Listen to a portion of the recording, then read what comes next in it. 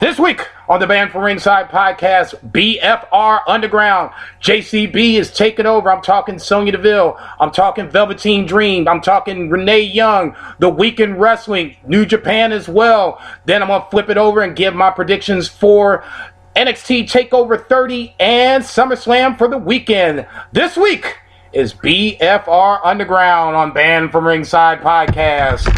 So you're going to notice that there is no music. There are no drops. Why? Because this is Band from Ringside Underground.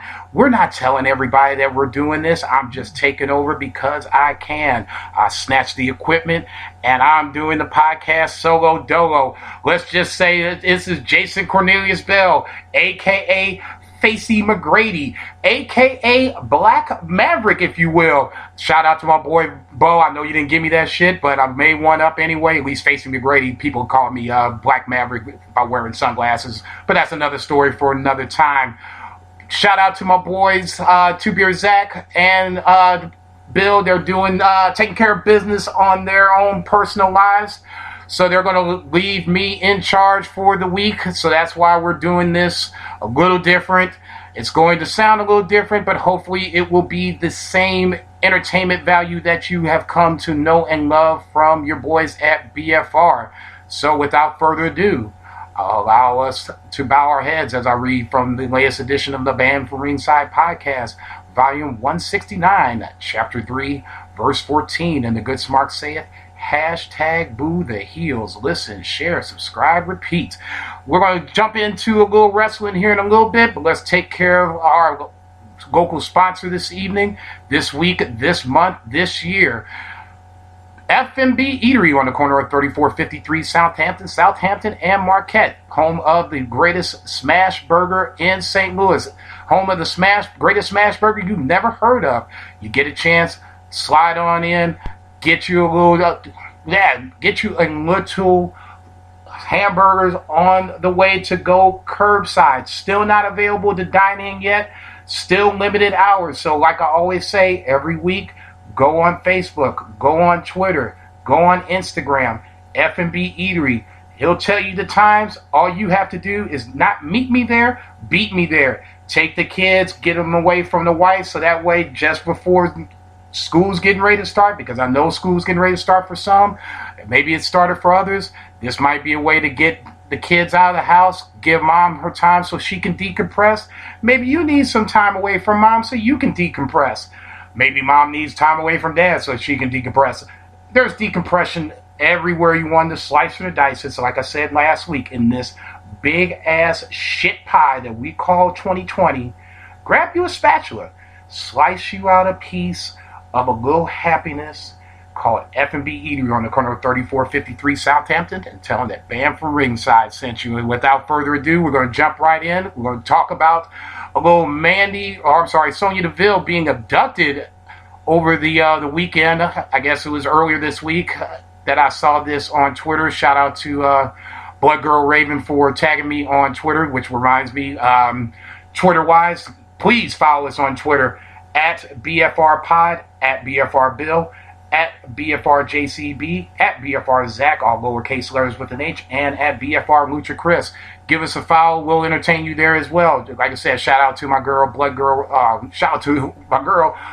Raven for tagging me on Twitter to alerting me of this. So apparently fandom has gone a little crazy where now we have gentlemen that are trying to abduct Sonya Deville, or at least one gentleman was trying to do it with some plastic ties, duct tape, the whole shebang. It just sounds like something that is straight out of a Hollywood movie script, something that I would see in a movie on TV, but then when it comes to real life, it kind of makes things a little more, I guess, real. It hits home. It makes the WWE seem a lot less significant.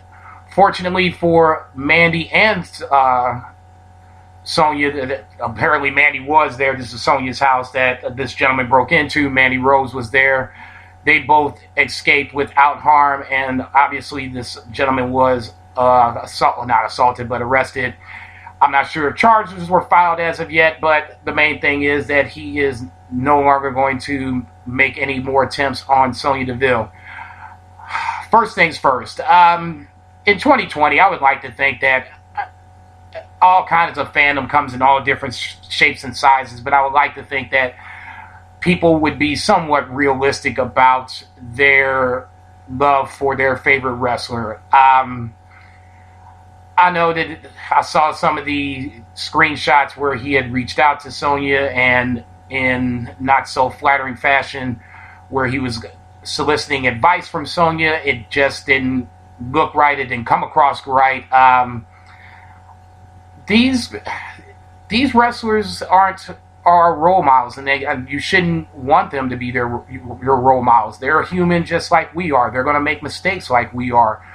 You know, men and women aside. Obviously, we had the speaking out movement earlier in the year, but there are people.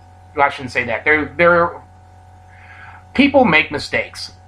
Kylie Ray, I guess, came out a week or so ago and said something about losing weight, her target weight, and she was trying to drop X amount of pounds and caught backlash from that. So it's not just men that are doing or saying things bad. You know, not saying that I disagree with Kylie Ray. This is her target rate or target weight, excuse me. So if that's what she wants, if that's what she's shooting for, I say more power to her. But there was some backlash. I guess, you know, maybe she's weight shaming herself. I don't know. For me, it's not my business.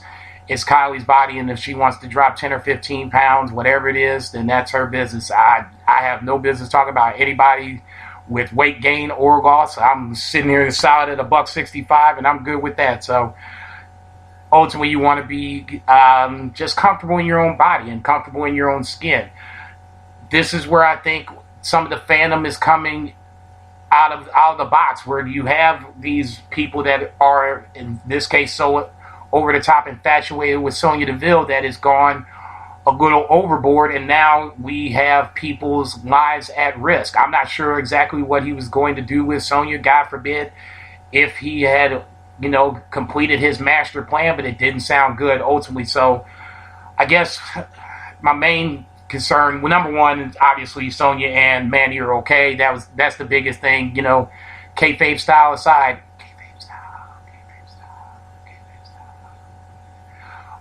I know they have a match coming up on Sunday, hair versus hair. Obviously, I'll talk about that in later on in my predictions. But number one, I'm glad that they're okay. Number two, I think this fandom, stands, whatever you want to call them, we're getting to the point where we're going too far. When you're sitting around at home plotting a kidnapping on Sonya Deville, I think this is where you might want to go ahead and maybe not watch WWE anymore, maybe unplug for a little bit, basically seek some therapy at this point. You're probably going over the deep end if you haven't gone already. And by the looks of it, by the read of it, he was already off the deep end to begin with. Very, very disconcerting. It just makes wrestling fans look bad in general. And trust me, the outside public that does not necessarily like wrestling doesn't need much of an excuse to make us look bad. And we're just giving them another excuse by allowing this gentleman to run rampant and almost assault and kidnap Sonya Deville. So like I said, good to see Sonya Deville is okay. And hopefully she and Manny have a great match this weekend. Like I said, I'll talk about that in a second. Let's moving on to our quote-unquote 2 count. The return of Velveteen Dream last week, and then they doubled down on it by having him move on in the NXT North American title and ladder match coming up on Saturday night. Let's go with first things first, a little bit to unpack. So Triple H basically clears Velveteen Dream of all accusations of sliding into people's, I guess, gentlemen's DMs and acting inappropriately. Now, I don't know if you saw some of the screenshots on Twitter. I saw some of the screenshots. It didn't paint a flattering picture for the accused and the accuser, for that matter. I think if you were that, and this is just my opinion on it, if you were that taken back by it, and I didn't see the whole thing, so please take me for a grain of salt at this.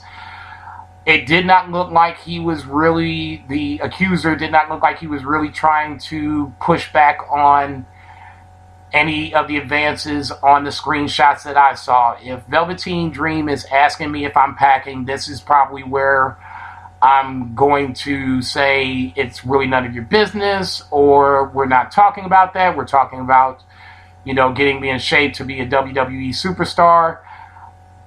There was 4 or 5 tweets afterwards, and then a picture of the accuser with his shirt off. So you make of it what you will. For me, I think there's a little blame on both sides. Probably 90% Velveteen Dream, 10% to the accuser, but I don't think that the accuser is absolutely innocent in this. If you disagree, hit me up on Twitter. You know where the call letters are.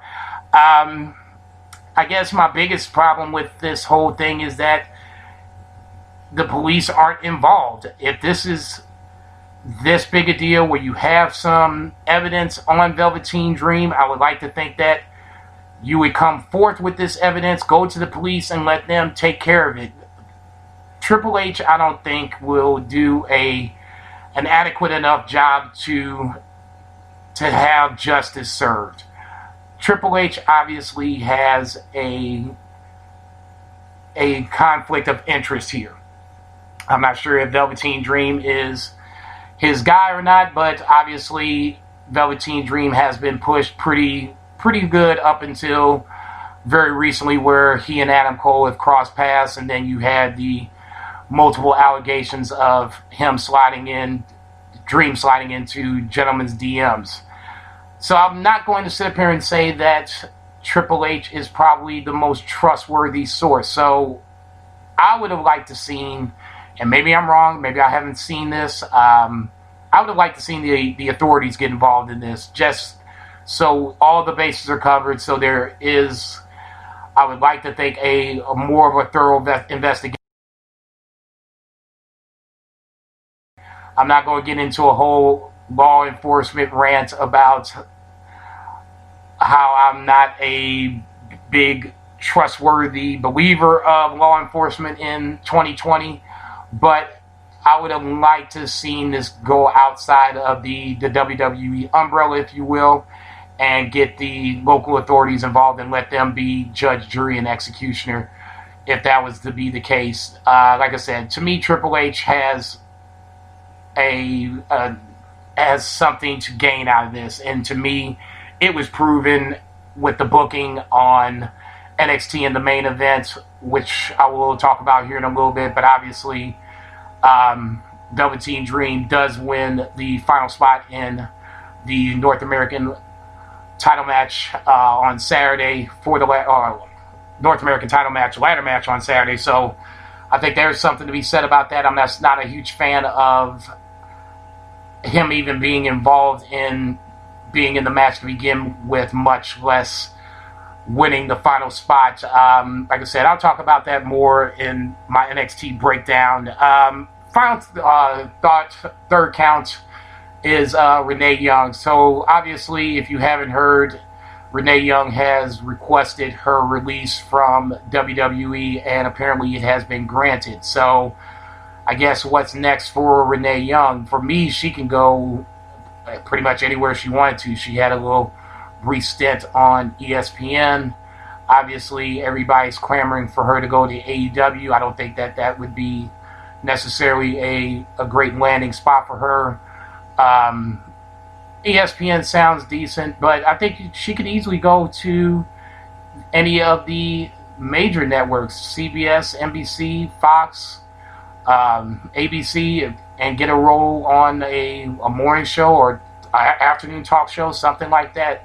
So Renee Young is going to be a loss for the WWE, even though we haven't seen a lot of her on Raw or SmackDown. Obviously, Talking Smack, which was one of my personal favorites until they canceled it. I thought that was her niche, her groove, where her and Daniel Bryan basically did a nice 30 minutes after the fact on SmackDown, where, obviously you recap SmackDown and all that other good stuff. I thought that was her nice sweet spot, if you will, where it kind of gave her a chance to shine, but it didn't put too much pressure on her. Obviously, WWE Backstage didn't last very long, kind of the same concept, but I just think that, especially if we're just talking about WWE, that's a lot of WWE programming to watch for just any one person. If you're a diehard WWE smart,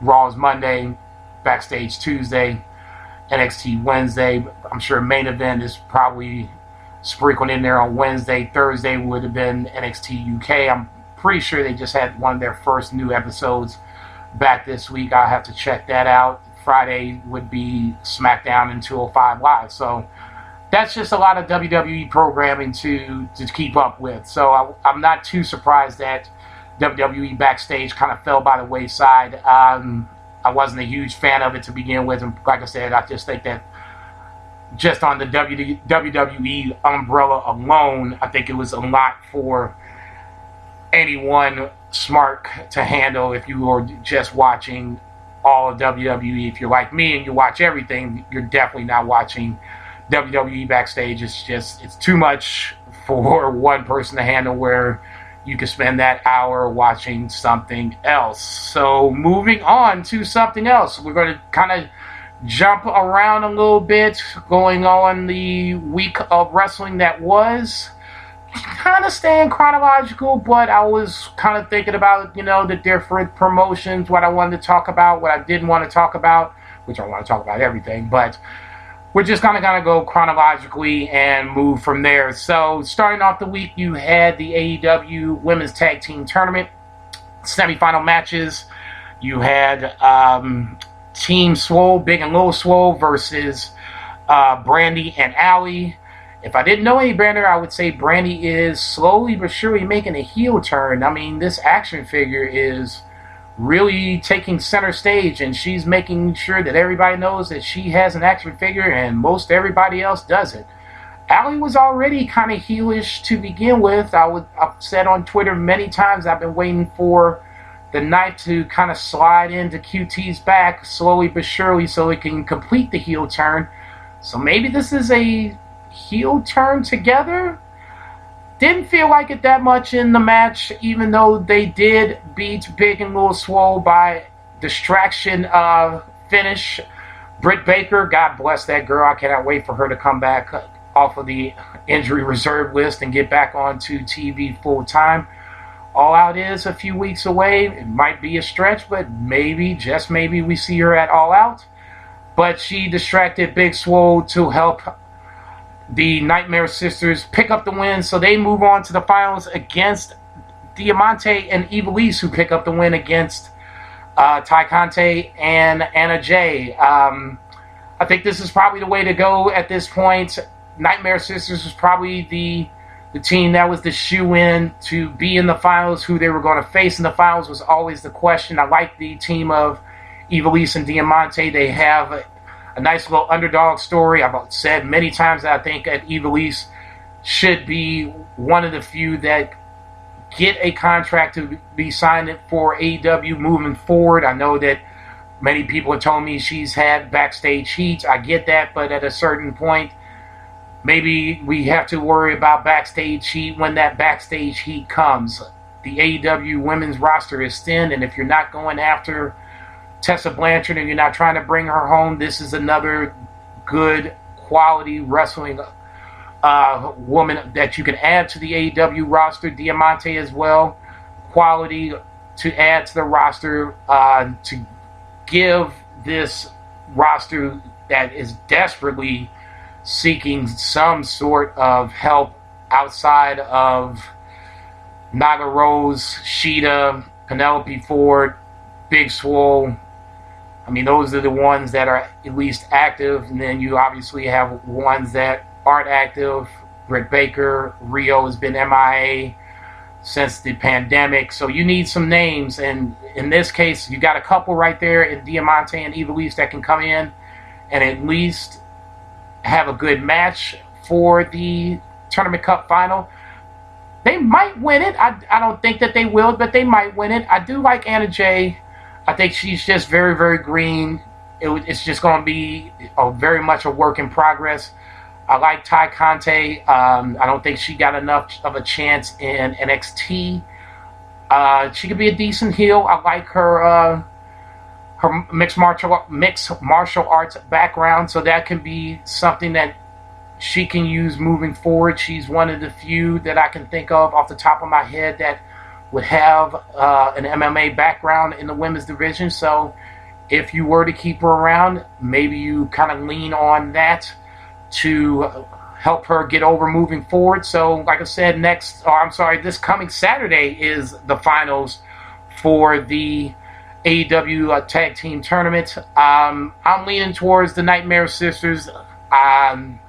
I just think that they're going to be the ones to win the cup first. I would not mind at all if Ivelisse and Diamante won. I would think that would be a nice little upset, especially because it's Brandy going after the cup itself, and it would be hard for me to imagine her and Allie not winning it, not unless there was some sort of fuckery involved where they got distracted or the Nightmare Sisters imploded mid-match and cost themselves the tag team cup. But we will see this Saturday. Saturday night, obviously AEW is preempted this week for the NBA playoffs, so I'm kind of excited to see that on Saturday night. They didn't do 6:05 like I suggested. They're doing 6 o'clock on Saturday night, but nonetheless, check out AEW on Saturday. We'll obviously be talking about that next week as well when the boys come back from being underground where I have buried them. Moving on to WWE Raw. Moving from that, just some quick punch notes on WWE Raw that I was thinking about. Shelton Benjamin, God bless that boy. He is the ultimate 50-50 guy. If I've seen him, he wins twice but loses 3 times. I don't understand how you can have that much 50-50 booking in a 3-hour show where you could have covered other grounds. You could have made new inroads. Don't get me wrong, Ivar and Angel Garza is funny, but it's not necessarily for me. But I just have a hard time understanding why Shelton Benjamin is the guy.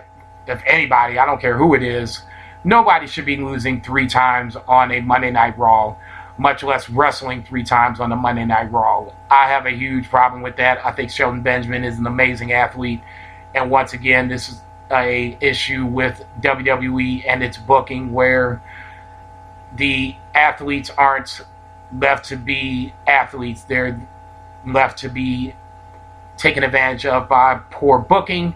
And Shelton Benjamin, not saying that Shelton Benjamin is going to be a champion, but I mean, he should be more than the 24/7 champion. He should definitely be more than the guy that should be getting pinned 3 times on a 3-hour Monday Night Raw.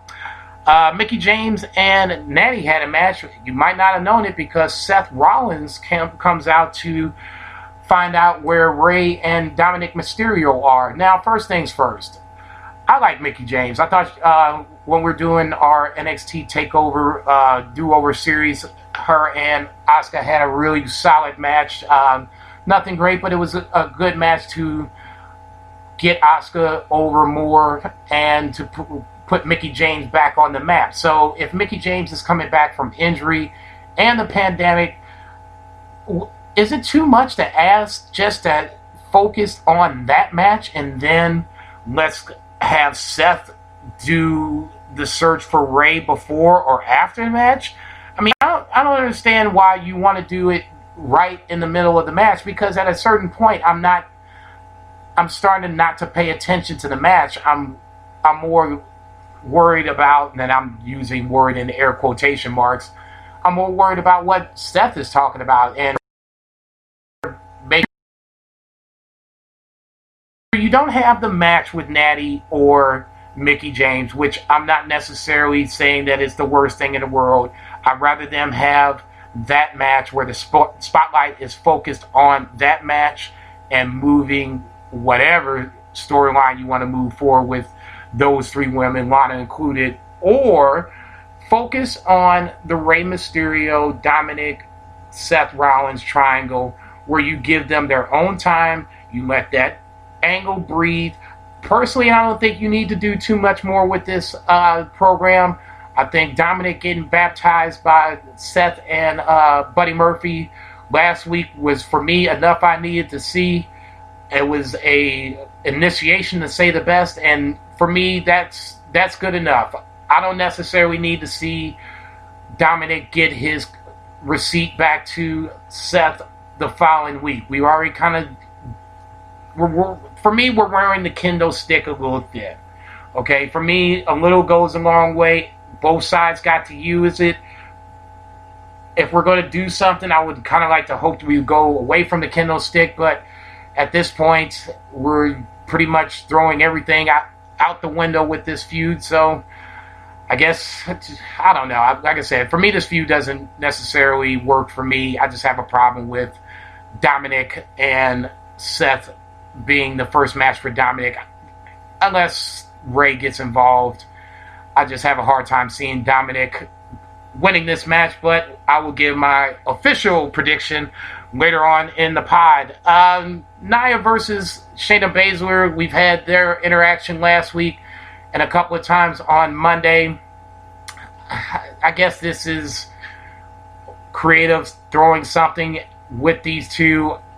I'm not sure if they have plans for either one of them. It doesn't feel like it, so why not have plans together for them? Nia interrupts a match last week. She gets involved in the Raw Underground segment where Marina Shafir was in it.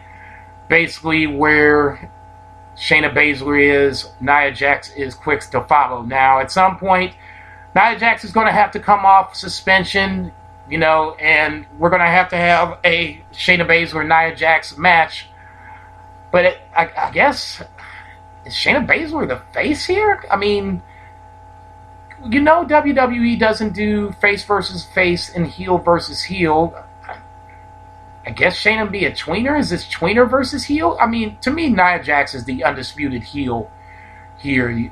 I don't think there's any question about that. There might be questions between Braun and The Fiend, but I don't think there's any question here who the heel is. So that said, I got a problem with I'm not sure how we're going to book this. I mean, not unless you're just going to have them just, go straight up at each other and go that route. I just don't think that this is a feud or a program that actually makes sense unless you put some stakes on it, but then, still Nia is suspended. So this to me was a nice indication of how this whole Raw was. It was trying to do a lot, but not much was getting accomplished. Peyton Royce, once again, getting a win over, I believe it was Ruby Riott this week on Raw. If it wasn't Ruby, it was Liv. But basically now, Peyton Royce has beaten the Riott Squad in consecutive weeks. Now, I guess my biggest problem with this, and I wouldn't even say my biggest problem with it, I guess, are we trying to build Peyton Royce? It doesn't seem like Billie Kay has much say in the last couple weeks. I thought maybe Liv might be getting a push because Charlotte is gone. Ruby Riott seems like she's always getting started and stopped. I guess my question is, who's getting the push here? I mean, minus Bayley, Sasha, and Asuka, there is not another woman on, I would say, either roster. Maybe Sonya Deville is getting some sort of a push. Nothing in the stratosphere of Asuka, Bayley, and Sasha. But you have a chance, once again, to kind of make a new star without Charlotte being around. And it just doesn't feel like they're committed to any one person to make that happen. I thought it would be Liv, and that hasn't come to fruition since she's come back. Like I said, Ruby Riott seems like a stop-start kind of character for creative. So at this point, I'm not sure if they're going with Peyton Royce, question mark.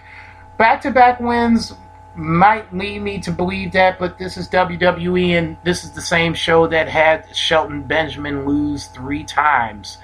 Raw Underground, like I said, we kind of touched on that a little bit. To me, the biggest takeaway from that was Marina Shafir and Jessamine Duke actually making their first on-screen appearance on the main roster. I'm not sure if she is, or they are going to be next to Shayna Baszler moving forward. My guess is yes. But I have concerns with them too. I didn't see a lot of them in NXT, at least NXT television proper, whatever you want to call it. After Shayna left, I'm sure that they were doing some training in the Performance Center. I heard that they were doing some dark shows, but obviously once the pandemic hit, those dark shows ceased to exist. So I am going to be a little concerned with how they perform moving forward.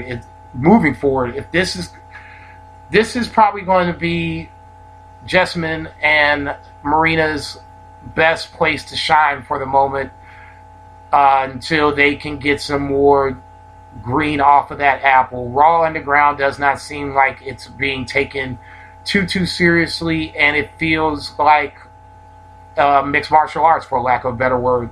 So I would think that this would be a place where they would be able to shine and shine brightly for however long they decide they wanted to keep them on the WWE main roster. And then finally, to close the show, you have HBK hell-bent and determined to talk to one Randy Orton. Now, if you're HBK, I'm not sure why in the hell you would even want to try to do this.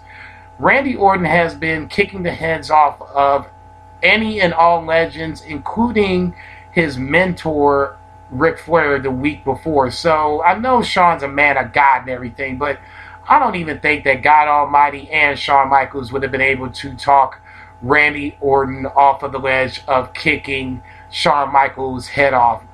My biggest problem with this was how quickly Shawn recovered.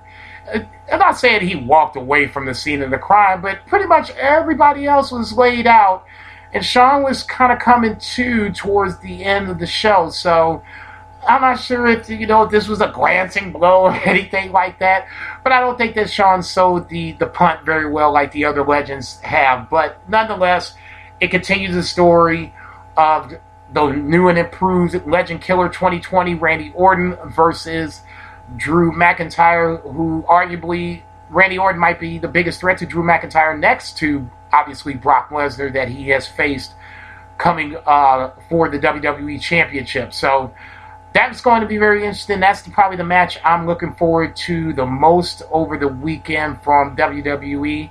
But obviously things might change. I'm going to watch SmackDown this weekend to check that out. So there might be something that will tickle my fancy on SmackDown. Maybe a second or third match that I'm looking forward to on Sunday moving forward. But we will see.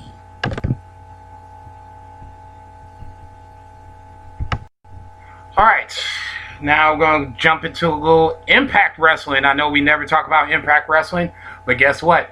On BFR Underground, we're talking Impact Wrestling. This was the first night of a 2-night pay-per-view Emergence, closing with the who was the tag team match was the main event, Motor City Machine Guns versus the North. But I'll break down the whole card real quick. We started with a really good X Division title match with TJP, Rohit Raju, and Chris Bay. Rohit Raju talked himself into this title match to make it a triple threat to, quote-unquote, protect Chris Bay's back. He protected his back, all right, by putting a knife in it. Rohit Raju wins the X Division title by pinning Chris Bay, which I thought was a really, really good move. It kind of made the story kind of go full circle. Yeah, I'm watching your back. Yeah, I'm watching your back. Oh, let me in the match. And then I pinned the guy that the back I'm supposed to be watching. So yeah, Rohit Raju wins the X Division title in a really, really good curtain jerker. I thought TJP was the guy that kind of stood out the most in this match. I'm a huge fan of all three guys. I was really hoping that Rohit would win the title at some point. I didn't think it would happen here, but it was a really good surprise with a really good match to piggyback on top of it. So yeah, good curtain jerker for Impact to start. You had then Trey Miguel versus Moose for the TNA title. So Moose accidentally gives Trey Miguel the invitation last week as Trey was wearing the suicide mask. So unfortunately for Moose, he had to face Trey Miguel here on the Emergence show. This was a good match. I didn't think it was as good as the curtain jerker, but it was really supposed to get Moose over, which obviously he retains the TNA title. But then EC3 afterwards comes out and attacks Moose again a second time, and then takes the TNA title away from Moose. So now, what does EC3 do with the TNA title? I know he said he was going to destroy it, destroy his past so he can move on with his present and his future. So I'm curious to see what the follow-up with that is. I would hope that we get a match with Moose versus EC3 for the TNA title. That to me would probably be a nice little way to kind of cap this story, especially if EC3 is going to take the title. I would at least like to see it being defended, quote unquote, by Moose, or put up in some sort of stipulation. I don't want to say a ladder match because obviously we got one on NXT, but something similar to that, to where both guys have a chance to win the match in a match or win the title in a match itself. Wrestle House, I know Wrestle House has been hit or miss with some. I think it's absolute Comedy Central. I'm sorry, you can call me what you want on this one. This week you had the love triangle, let's say expanded, if you will, with one now calling himself Lawrence D, Rosemary, and Johnny Bravo. Rosemary putting a spell on Larry D last week, so now he's running around spraying ring rust cologne on himself and calling himself Lawrence D. So he's dressed up, looking good, trying to impress Rosemary. So he and Rosemary going out next week. Johnny Bravo definitely doesn't look too happy about that. So I would expect some sort of train wreck coming up in the near future where Johnny Bravo basically is going to go AWOL, not AWOL, but apeshit, and break up any sort of happy home that is going on between he and Larry D and Rosemary. Jesus, forgot her name already. From there we had the Good Brothers wrestling Ace Austin and Madman Fulton. Decent match. Good Brothers go over here. Not much going on. This is the way it should have been. I'm a little disappointed that Austin and Madman Fulton are in this, but somebody had to put the Good Brothers over, so I guess we're starting with that. And especially with Wrestle House, you do have some tag teams over there that probably could have been in this spot, but that's neither here nor there. Kylie Ray versus Taya back at Wrestle House, I thought was a really good match. I kind of wish that this wasn't at Wrestle House. It might have been, I would have taken it a little more seriously. Maybe, the battle for the number one contender spot is on the line if you did it outside of Wrestle House. But this was a good match for, Wrestle House not taking itself too seriously. You had Rosemary kind of hesitating on the 3 count to pit Taya. So, I mean, there was... Wrestle House to me is, and this is coming from the guy that doesn't like his comedy or anything like that. I think Wrestle House has been doing really well, and if you get a chance, I think you should check out Impact to begin with. But definitely, I think Wrestle House would be something that most people enjoy. And then the main event, obviously, like I said, the North versus the Motor City Machine Guns for the Impact TNA or the Impact Tag Team titles. Motor City Machine Guns retain the titles in a good match. I think, at least for me, a part of it is kind of spoiled because rumors of Ethan Page leaving leaving Impact have been kind of running rampant, so this booking isn't a huge surprise. So Motor City Machine Guns retain the titles in Night 1 of Emergence. Night 2 of Emergence will be highlighted with an open challenge for Eddie Edwards and the Impact World Heavyweight title. And I believe the main event, which I'm really, really looking forward to, would be Jordan Grace versus Deonna Purrazzo in a 30-minute Iron Woman match for the TNA Women's title. I thought they had a good match the first time around. This time, you're going to get a solid 30 minutes, so it should have enough time to breathe and hopefully tell a good story and give us a really good match to cap off the 2 nights of Emergence. Night 1 was good. I got my fingers crossed that Night 2 is going to be even better. Moving on to a little NXT, we had Johnny Gargano versus Rich Holland in one of the 2 last chance matches for the last 2 spots for the NXT North American title ladder match. Rich Holland did look good, did look strong. Obviously, Johnny Gargano's not the biggest guy in the world, but Rich Holland is one of the bigger guys on the NXT roster, and he got to show that last night, throwing Johnny Gargano around like a little rag doll. But distraction by Candice LeRae helps Johnny Gargano get the pin, so he is now in the ladder match with Bronson Reed. Make sure I'm saying this correctly. Damian Priest and Cameron Grimes. Johnny Gargano being the 4th, so you have 4 of the 5 with Velveteen Dream and Finn Balor in the main event for the final spot. I kept saying it last week. I'm saying it this week. This ladder match, you had those 3 guys, Bronson Reed, Priest, and Cameron Grimes.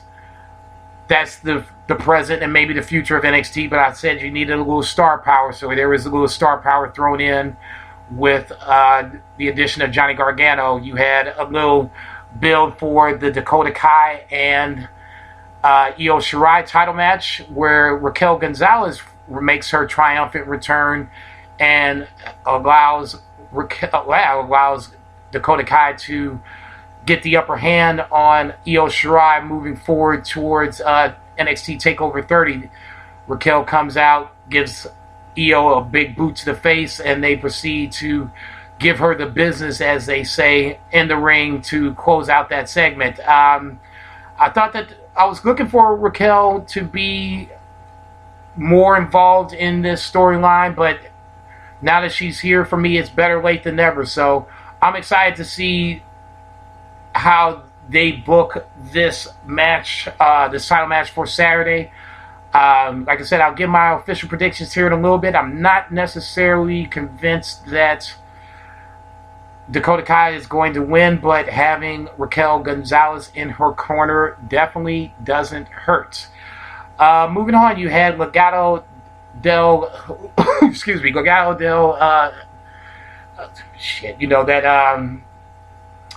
Legado del Escobar, that faction. God, I can't even talk right now. They were going against Swerve Scott and Breezango. Interesting way to finish this match where you had the referee remembering who the legal man is. So as Swerve Scott gets bumped into the corner, he tags in accidentally Tyler Breeze, and Tyler Breeze eats the pin. So Legado del Escobar, LDS or LDE, I don't know. That faction, obviously you can tell I'm not a huge fan of that faction because I can't remember their name. And this is the first time that Raul Mendoza and Joaquin Wilde have been at least on the part of NXT. I guess I was told they have been on 205 Live, which I haven't seen in quite some time. So that's obviously my fault on trying to keep up with that storyline, because my biggest problem with this is that I've always said that I like Raul Mendoza and I like Joaquin Wilde. I wanted to see more of them, stop having them as henchmen and kind of build them up as their own individual characters. And then if you wanted to put them in a tag team like they're going to do on the pre-show on NXT TakeOver, then it would make more sense. Obviously, they have been doing it, and I haven't been paying attention, so that's shame on me. Adam Cole and Pat McAfee had their but Adam Cole basically destroying security, making Pat McAfee realize that, yeah, Adam Cole might be short in stature, but he could still whoop 4 or 5 guys in front of him. So what do you think he's going to kind of do to you? I get this whole thing. It's more so for the mainstream, getting more eyes on NXT, get more eyes on NXT moving forward. There's no guarantee that Adam Cole is going to be here much longer. This feels like something of a swan song, a bucket list for Pat McAfee. I don't know. It really ultimately doesn't interest me that much. The fact that you have arguably one of the greatest, if not the greatest, NXT champions of all time in a match against Pat McAfee just doesn't make sense to me. If you're going to move him up, I would have just moved him up and been done with it versus going this route. But like I said, this feels like a Vince move. It feels like a Vince call. Maybe it's a Triple H call. I don't know. But like I said, really good heel promo. I'll give Pat McAfee that. But for me, the interest in this match has not increased because of that promo. But that's just me. You had Shotzi Blackheart and Rhea Ripley versus Aaliyah and Mercedes Martinez. Basically, this is more of a build for Rhea and Mercedes for Saturday night. Not much happening. Heel baby faces go over. Really good vignette with Karrion Kross and Keith Lee. I was already interested in this match, but there's so much going on. I really wish they wouldn't have made this match right away. I said that weeks and weeks and weeks on end, and we'll get into that more as I give my NXT TakeOver prediction. And then finally, the main event, you had Velveteen Dream versus Finn Balor. This was for the final spot in the North American ladder match, title match for Saturday. I can't lie, I said it on Twitter. I was rooting for Finn Balor. I just think that this was, for me personally, this is a lot for Velveteen Dream, especially coming back off of these allegations. Maybe, you sit him down for a little bit, cool him off, make sure these allegations are free and clear of him, and then if you want to push him moving forward, be my guest. Apparently, these allegations are free and clear enough for Triple H because he's moving forward. Velveteen Dream in just a sloppy match coming. Now, I won't say the match itself was sloppy, but just a lot of run-ins, a lot of interference. Timothy Thatcher being one of the big ones on Finn Balor, but the other NXT ladder match participants, Cameron Grimes sitting on the ladder, Bronson Reed and Damian Priest physically getting involved in the match itself. For me, it was, once again, it felt like Raw, at least the main event, felt like there was a lot going on with very little getting accomplished, except for the one thing I wish that wasn't going to get accomplished, and that was Velveteen Dream moving on to the ladder match on Saturday night. I think it's a risky move. You're doubling down on a guy that has, as far as I'm concerned, some sexual allegations hanging over his head. I know what Triple H said, but for me, Triple H is not like I said, an unbiased authority here. I would like to hear this at least from the local police, something along those lines, so where they would be the ones that made the final call, and then at that point I could make my own decision. Moving on, little New Japan. 2Beer and I talked about what was the KPOW. So this week we got a little more information on what the KPOW is. This is going to be an 8-man tournament. The winner becoming the KPOW 2020 champion. Participants in this tournament, you have Kojima, El Desperado, Yano, once again, fuck Yano. Bushi, Sho, Shingo, Okada, obviously, and Takahashi, Yujiro Takahashi. So these 8 men are going to be in the tournament, and they are in 4 separate matches, and voting is going on New Japan, I believe it's New Japan's website, njpw72.com. You can vote on what the stipulations of the matches for the start of the KOWP tournament. So like I said, you have 4 matches with an opportunity to vote on at least a couple of the matches, Yano and Bushi being one of those matches where Yano wants to have matches end on a count of 2, where Bushi wants a match to end where if the opponent is counted out in 5 seconds instead of 10. Both kind of silly little gimmick matches, but I mean, for me, the whole tournament feels like a gimmick kind of tournament. Sho and Shingo's match doesn't have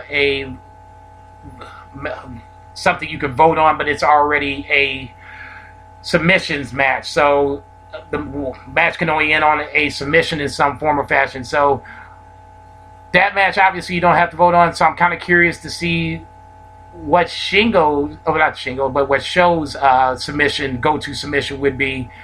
I know he has a couple of them. Obviously, Shingo has his, so that's kind of be kind of interesting to see how that's going to unfold. The other match that has a stipulation that fans could vote on would be the Takahashi-Okada match, where Okada has suggested a 1-on-3 handicap match, where Yujiro has suggested a lumberjack match, and the lumberjacks have leather straps. Once again, gimmick match. Once again, I can't see Okada losing any either-or stipulation match, not unless the arena implodes and just lands on Okada. Okada should win either-or stipulation match. So I'm just not sure exactly what we're doing there. It just doesn't make sense for Takahashi to be there. But once again, the pandemic has limited their roster. We said it last week. You literally have 2 legit rosters. You have the New Japan proper roster, and obviously now the New Japan USA roster, which we'll touch on New Japan Strong in just a second. So basically breaking it down, the KOPW tournament is the 4 matches. Match 1 is Kojima versus El Desperado, where neither man can use their finisher. Second match, and probably not in this order, would be Yano versus Bushi. Yano wants to win by a 2 count versus a normal 3 count. Bushi wants to establish a count out on 5 versus a count out on 10. So like I said, that match you can go online and vote for the stipulation you want to see. Sho versus Shingo is a submissions match, so obviously the match can only end on a submission. I think that would be very interesting to see, like I said, what Sho's go-to submission would be. I think this is a possible glimpse of the future, maybe a year, 2 years down the line. Obviously, Yo is gone with a knee injury, so this is Sho's time to step up, step out, and maybe be a breakout single star for the rest of 2020. Why do I keep saying Shingo? It is not Shingo, it is Sonata. I wrote down Shingo, that's why I'm saying Shingo. This is Sonata versus Sho in a submissions match. Sonata obviously has his submissions as well. We know what that's all about. So, like I said, I apologize. It's Sonata versus Sho in a submissions match. I'm glad I caught that. Otherwise, I'd have really got talked about tough. And then the final match, like I said, is Okada versus Takahashi. Okada is suggesting a 1-on-3 handicap match versus Yujiro, who is suggesting a lumberjack match with the lumberjacks having the leather strap. So if you feel so inclined, go to New Japan's website, vote on those two match stipulations. Maybe you get the match stipulation you want. The KOW or KOPW starts on the 26th of August. So if my math is right, that is next week. I believe that is Wednesday of next week. So yeah, check that out. And then they will do the tournament finals, semifinals and finals, I believe, the 29th outdoor. I can't remember the name of the stadium. This is where I missed Two Beer. Your ass needs to be here next week so you can bail me out on some shit like this. They'll be doing the tournament semifinals and the finals on the 29th to crown the new KOWP 2020 champion. So from there, I think we kind of covered the weekend wrestling that was. So that would just leave some predictions. So we're going to do TakeOver first, moving into SummerSlam predictions second. Obviously, it's just me with predictions this week. So you can find the boys' predictions on Friends of BFR. Actually, I want to jump back for a second. Jump back to New Japan because I just thought I wanted to talk about New Japan USA for just a second. They had their New Japan USA tournament semifinals this weekend. So you had Jeff Cobb losing to Kenta with a little low blow fuckery for Kenta. So Kenta is moving on to the finals. He'll be facing David Finlay in a little bit of a surprise. He defeated Tomotaga with a sliced bread number 2. So David Finlay versus Kenta in the New Japan USA Cup Finals.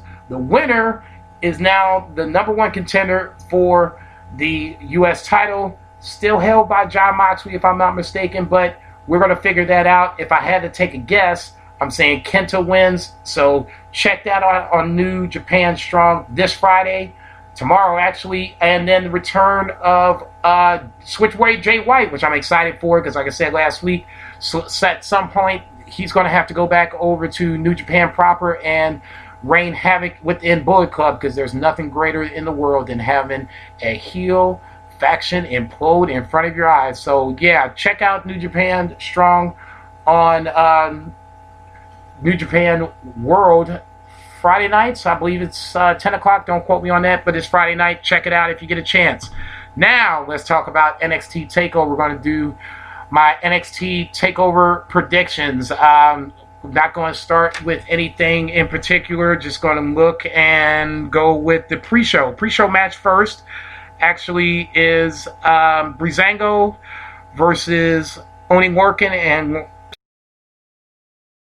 versus Joaquin Wilde and Raul Mendoza. This is a number 1 contenders match. The winner would face Imperium at some point down the line.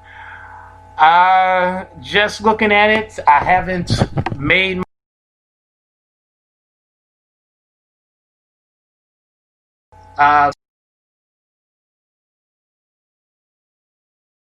to win, unfortunately. Sorry, Bill, I love you, but I'm going to go Breezango, the least likely to win. If I'm not mistaken, they have already lost to Imperium already. I'll go Lorcan and Danny Burch second. If I'm not mistaken, they have already lost to Imperium already. So by process of elimination, I'm going to go with Legado del Escobar. I believe that is the name of the faction. If not, I'm definitely hearing about this. Joaquin Wilde and Raul Mendoza is my team most likely to win the match.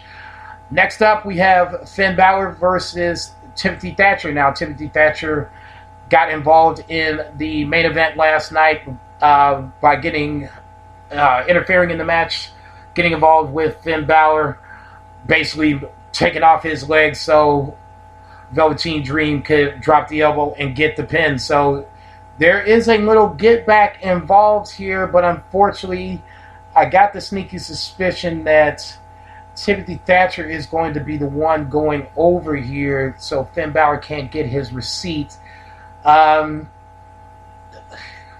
not sure what we're doing with Finn Balor, to be perfectly honest. It feels like this is another stop on his push. I know he likes to use all the smart lingo that we use, but I just think that there hasn't really been a plan since the Walter match that got canceled from the pandemic. That was a match that I was really, really looking forward to, and unfortunately that didn't come to pass. And ever since then, it just really doesn't seem like they've had much of a plan for Finn Balor.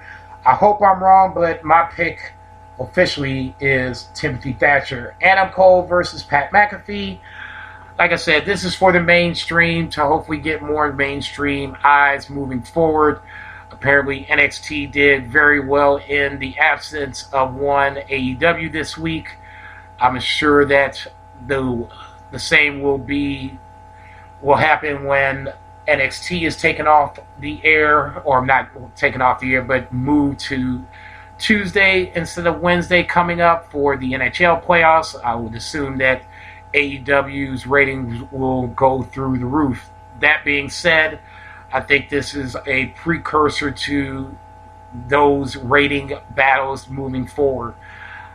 I have a very hard time getting into this match, like I've said in multiple weeks. I just think that Pat McAfee is a fan like I'm a fan, and this is his fan moment.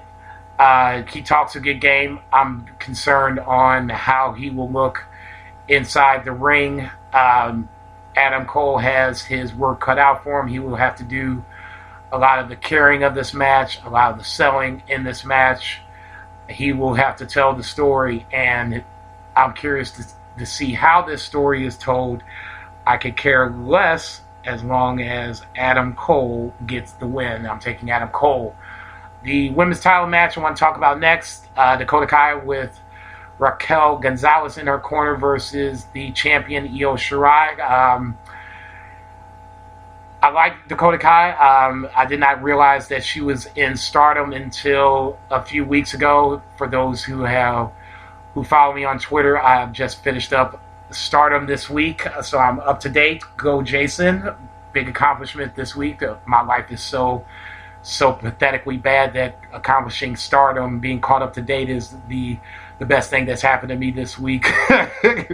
But nonetheless, did not know that Dakota Kai was in Stardom, so I do like that. I like the fact that I like her heel turn. I like the fact that she has Raquel Gonzalez in her corner as the heater, the woman to give her the more so of an advantage, unfair or not, but it is advantage nonetheless. We saw that on Wednesday night, but at the end of the day, I just can't see Io Shirai losing the title to Dakota Kai. I didn't see it without Raquel Gonzalez. I can kind of see a possibility where Raquel would win the title. Oh, and I'm sorry, that Dakota would win the title. It would definitely be with a lot of Raquel Gonzalez's help. A lot of interference where the referee doesn't see, and God knows we've seen that in the past, so it's not beyond the realm of possibility. But when push comes to shove, I think Io is going to retain. I think the Rhea Ripley Io as a singles match on the horizon, I think, is the payoff at the end of the day. So fingers crossed, hopefully that's how they go about it. Moving up next, speaking of moving up, we're going to do the North American title match, ladder match. Let's call it a Fatal 5-Way, a Bill Veggie +2. Bronson Reed, Damian Priest, Cameron Grimes, Johnny Gargano, and Velveteen Dream are your participants. Once again, I will do least to most. And because I am so unorganized, I'm doing it on the fly. So give me 30 seconds. Least likely to win. Looking at this is, I'm going to guess Bronson Reed. Cinderella story, but I don't see him winning it here. Whoever wins it, then I would see Bronson Reed maybe being a contender at that point. Cameron Grimes, second least likely to win it. I think he's got a lot of talent, but he's going to be the annoying heel, which is not necessarily a bad thing. It's a good thing. Once again, I use the Bronson Reed argument. Whoever wins will have to deal with Cameron Grimes on a one-on-one basis. Complete bias aside, I'm going Velveteen Dream third. I think this would be a huge double down if they went with Velveteen Dream winning this thing. I think he has a legitimate chance because he's in it. Even though Adam Cole won the inaugural North American ladder match, Velveteen Dream's spot in it is one of the things I remember from it. I wouldn't be surprised if he had something like that again here. But I think it would almost be in poor taste for him to win it, so I'm putting him third. Fourth, I'm going to go Johnny Gargano. This is number 18, the 18th TakeOver Johnny Wrestling, Johnny TakeOver. He's got so many nicknames, might make Bo jealous, but Johnny Gargano I'm going to put forth. I think that he's got a very legit chance. He's already your first ever Triple Crown champion. He's got a chance to be the first ever two-time NXT North American champion. I think there is a story there. Bronson Reed and Johnny Gargano would make a little sense moving forward if you wanted to go that route. So you'd have a ready-made feud to go on. But ready-made feuds are something that they kind of show in our face, and sometimes you have to pay attention. I think I paid attention here. So my guess as the winner of the North American title ladder match is going to be one Damian Priest. I've said for weeks that this feels like this could be Damian Priest's ceiling. I'm not saying that I want it to be. I was more of a Punishment Martinez fan from ROH, but Damian Priest is no different. The character is different. The physical aspects are all still the same, and that's something to take into consideration. You would have a ready-made beef with Bronson Reed if you wanted to go that route. Cameron Grimes if you wanted to go that route. Finn Balor if you wanted to go that route. So I'm going to go with Damian Priest to win the ladder match. I'm not saying sure that's going to be match of the night. I'm thinking the match of the night is what I would assume to be the main event, and that would be one Karrion Kross versus Keith Lee. Now, I've said on multiple occasions that I wish that this match wouldn't happen this quickly, but we're here now, and we're going to have to figure it out. I would love to see some sort of false finish, a count out, a DQ, something along those lines to get these two away from each other for a little bit. They would probably have an immediate rematch, but like I said, I'm just not if Keith Lee loses, then it reinforces my thought process about him winning the double title for ratings. If Karrion Kross loses, then he's lost so quickly that it kind of makes him take a step back. He's not buried by any stretch of imagination, but it kind of hurts his build, the way you look at him, especially the way he's been kind of rolling through the competition, Tommaso Ciampa included. So, you got to pin me down on a pick. I'm going to take Cross on this. I just think that Keith Lee is one of the next on the way up. He and Adam Cole, I think, would do fairly well on the main roster. Adam Cole might not do as well because he's obviously on the smaller side. I think Keith Lee, I think he's a complete package. He speaks well, obviously, and I think he's a great wrestler inside the ring. I think that he would do a little better than Adam Cole, but I also thought that Shinsuke Nakamura would be a slam dunk on the main roster, EC3 as well. So there's no guarantees with that. So like I said, I'm going to take Karrion Kross, but I'm sure I'll be wrong there. All right, let's move on to our SummerSlam predictions. I'm kind of curious what this whole Thunderdome is going to look like. I know it's I'm surprised, that WWE didn't think of this before the NBA. This feels like something that should be how vital the fans are to wrestling. And for me personally, I don't need them. I don't need fans to make my wrestling better. I get, that they can add to the matches themselves, make a good match great. I'm not going to sit here and poo-poo that idea. What I will say is that match, I don't necessarily need the fans to get me invested in the match. If it's two guys I'm invested in or an angle I'm invested in, I'm probably already excited for the match to begin with. It could happen right out here in front of Grandma's house. As far as I'm concerned, it would make me no bit of difference. If I'm invested, then we can put that beef on the grill and cook it. We can get it on.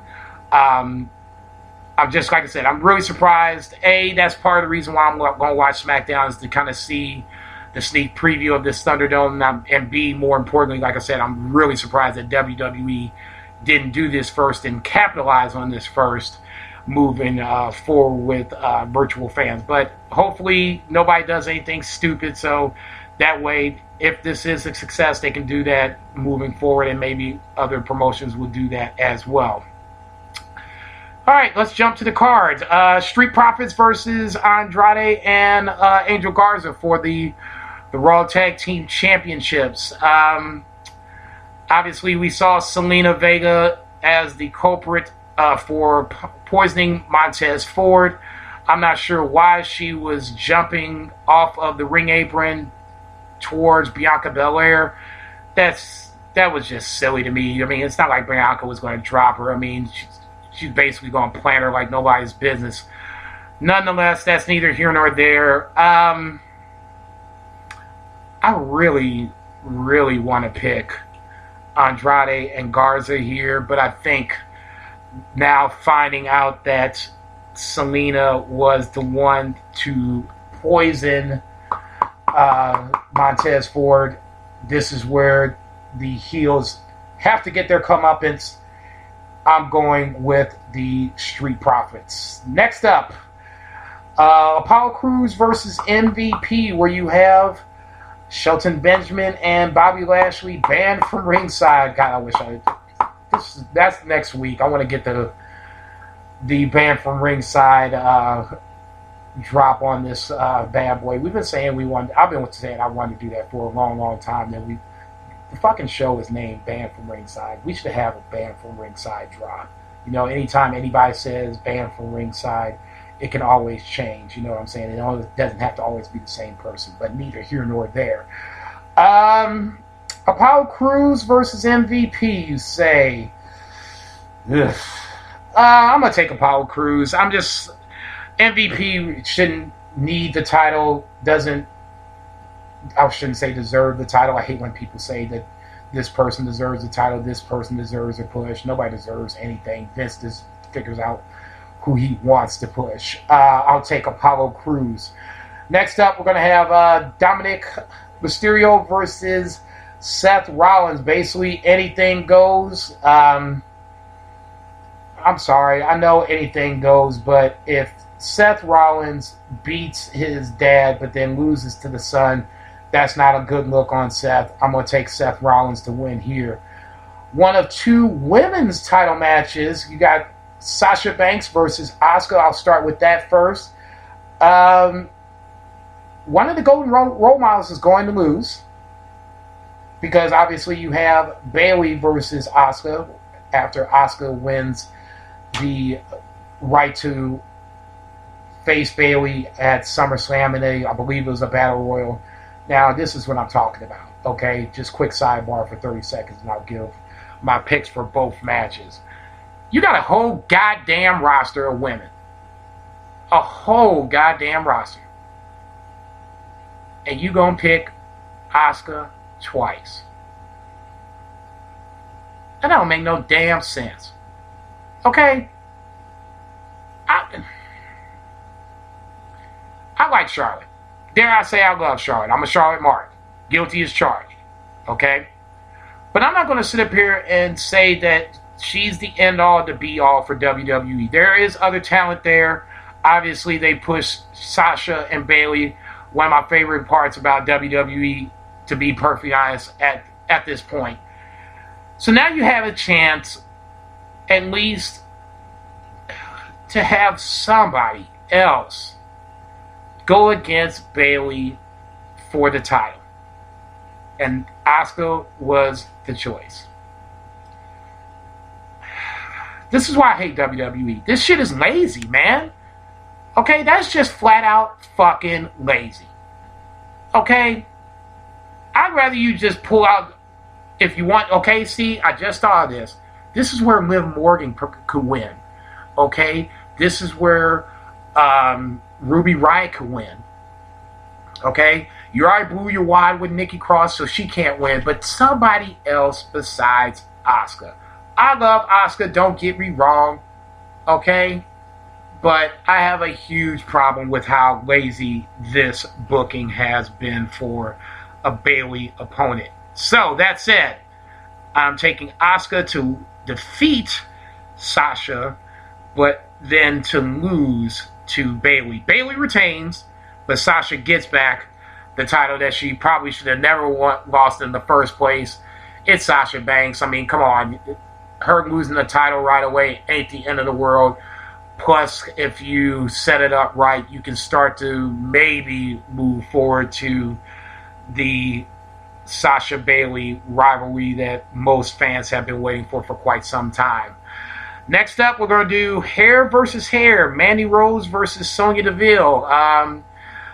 I'll be honest, like I said before, I haven't watched SmackDown leading up to this. I'll watch on Friday, so this is one of those times where I wish we were doing the predictions after the fact. But from what I think I know is Mandy, obviously Mandy, I shouldn't say what I think I know. Mandy got her hair cut, and Sonya has basically been running roughshod with this storyline up to this point. Heels have to get comeuppance.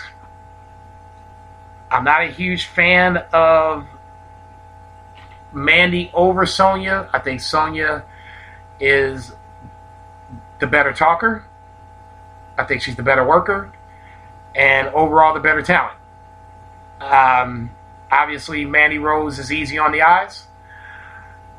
She has some talent too, but if I had to hitch my future to WWE to one horse, that horse would be Sonya Deville. I'm surprised that Sonya Deville has not been on to Raw Underground yet. That is a huge miss. If that doesn't happen, there is a huge problem. All that being said, I'm going to take Mandy Rose to win. I really want to take Sonya Deville. I really do. I just think that like I said, the heels have to get their comeuppance. Speaking of heels, or in this case, who is the heel for the Universal title?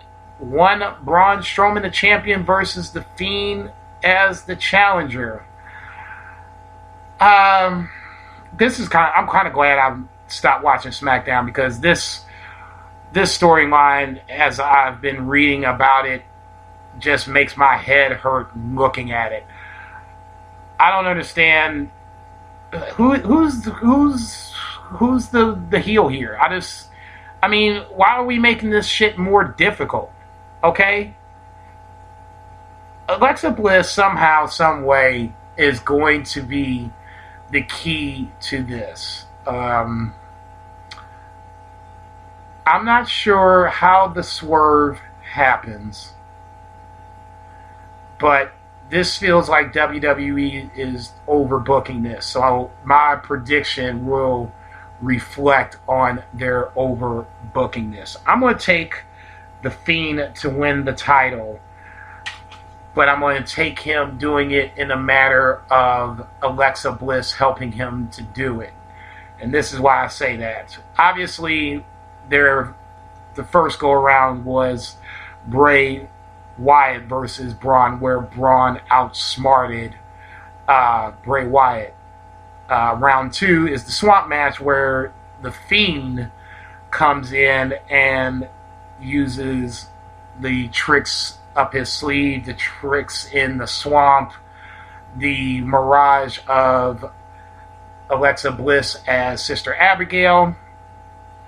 I think that obviously that got him to win round 2, and I think that will be a part of the storyline, the angle in this match. Obviously, you had Braun, quote unquote, assaulting Alexa. We didn't actually see it, but I guess she got gorilla press slammed by Braun.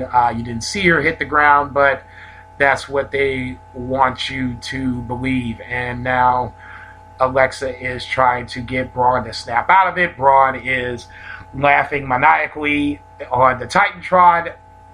People who are watching watching SmackDown don't know who is the heel in this case, so that makes me feel good that I don't know who the heel in this case is. But I'm going to go with the over-the-top booking that we have seen so far, and I'm going to double down on it. I'm taking The Fiend with an assist from Alexa Bliss to win the Universal title, which leaves, in my mind, the main event, the match that I'm looking forward to the most. Randy Orton versus Drew McIntyre for the WWE Championship. Randy's been on a roll. Let's just call it for what it is. I've said it before. I like Randy Orton. I never thought he has boring, but obviously this is a scenario where I think it's something where Randy kind of gets into a storyline or gets into an angle, and if he gets into it, then he gets into it. I think the Edge angle I thought was really good. Both guys' promos were really good leading up to their WrestleMania match. And Orton has kind of taken that momentum and moved it forward, kicking the heads off of legends leading up to this title match. Drew McIntyre has been a really good champion. Let's just call it for what it is. In the pandemic era of champions matches, I like title matches when the chips were in the middle, even against Dolph Ziggler, who I wasn't a fan of the build to the title match. I didn't necessarily need to see him and Drew have a title match, but at least it made some sense, and then the match itself was good. I wonder how fans will look back at Drew McIntyre when things get to be normal again. Me personally, I'm going to definitely give him the benefit of the doubt. I think that if fans would have been able to taken the ride with him towards WrestleMania to have the huge pop with him beating Brock Lesnar, maybe it doesn't go 5 seconds. Maybe we actually get a solid match where we have a story being told, but that's neither here nor there. Like I said, I'm curious to see how Drew is going to be looked at after this is all said and done, but that doesn't make my pick. There is a week I think it's next week they have another pay-per-view. It's a quick turnaround. I'm going to go ahead and pick Drew McIntyre to retain this week. The next pay-per-view, I believe, is Payback. And that's where I see Randy Orton winning the title. Now, I wouldn't be surprised if Orton wins it here. And actually, because nobody's here, we're going to change the pick. I'm changing the pick, God damn it. Nobody knows I'm changing the pick anyway. I'm taking Randy Orton. Orton should win, and then the rematch will be the following week where Orton retains the title. That's what makes the most sense. Now, because I changed the pick, only you and I know this. Those other two jokers don't know this. I wouldn't be surprised if Drew won and then Randy won, like I said initially. But upon retrospect, I don't think you want to waste this build that Orton has gotten since WrestleMania. I wouldn't mind a non-finish of some form or fashion, but neither guy has a manager or a faction to come in and give us a non-finish, so I can't see that. So, like I said, if I got to be forced to make the call, I'm going to make the call. I'm going to go with Randy Orton to become the new WWE champion. So that's it. There it is, boys and girls. BFR Underground is a wrap. I'm so glad that this Joker is over. I'm going to go get me a big glass of water. Your boy's mouth is parched. I need some marijuana and a cigarette. So, allow me to once again thank all my peoples involved. Shout out to Bill. Safe travels to Indiana. Shout out to Zach. Give love for the fam. Give love to the fam for me. Shout out to BFR Lucha Chris. Get healthy. Stay safe. Shout out to Murray Man Murray. Holla at your boy. Shout out to my cats. Billy and Lucifer, tag team champions of the world. Don't forget it. And shout out to me, your boy, JCB. Facing McGrady, Black Maverick, Captain Chronic. I got nicknames too, everybody. Thanks for tuning in. Tell your friends. Check us out on the Anchor feed. Listen to the Anchor feed. That's the one that gets us paid. Okay? It's the one with the Anchor symbol in the top right-hand side. It doesn't look like BFR 314. I believe it says banned from Ringside. And like I said, the main thing to know is to look for the Anchor symbol, logo, whatever you want to call it, in the upper right-hand side. That's the feed that gets us paid. So to celebrate us and the March to 200 episodes, listen to that feed. Throw us I think it's like a penny for every time someone listens. But then, like I always say, this is where I need you to do your job. After you listen, you got to share it. You got to subscribe to it. And then repeat it. So then that next person gets that share. And then that next person gets that share. And then that next person gets that share. So that way, everybody can feel the love of the BFR. Shout out to Visionary Global Media. Sorry for I'll call it technical difficulties this week. We will be back on track next week, I promise. I think I've covered it this week. So yeah, I'm going to get up out of here, man. I was going to say, I'm sick of hearing my own voice, and that's saying something because I talk a lot under normal circumstances. So if I'm sick of hearing my voice, I'm sure that you're probably sick of hearing my voice as well. So this is your boy JCB giving you a big shout out. Good evening, good night, goodbye, bang bang, all that good stuff. Stay safe. Wear your mask. Boo the motherfucking heels. Yeah, that's it. Deuces.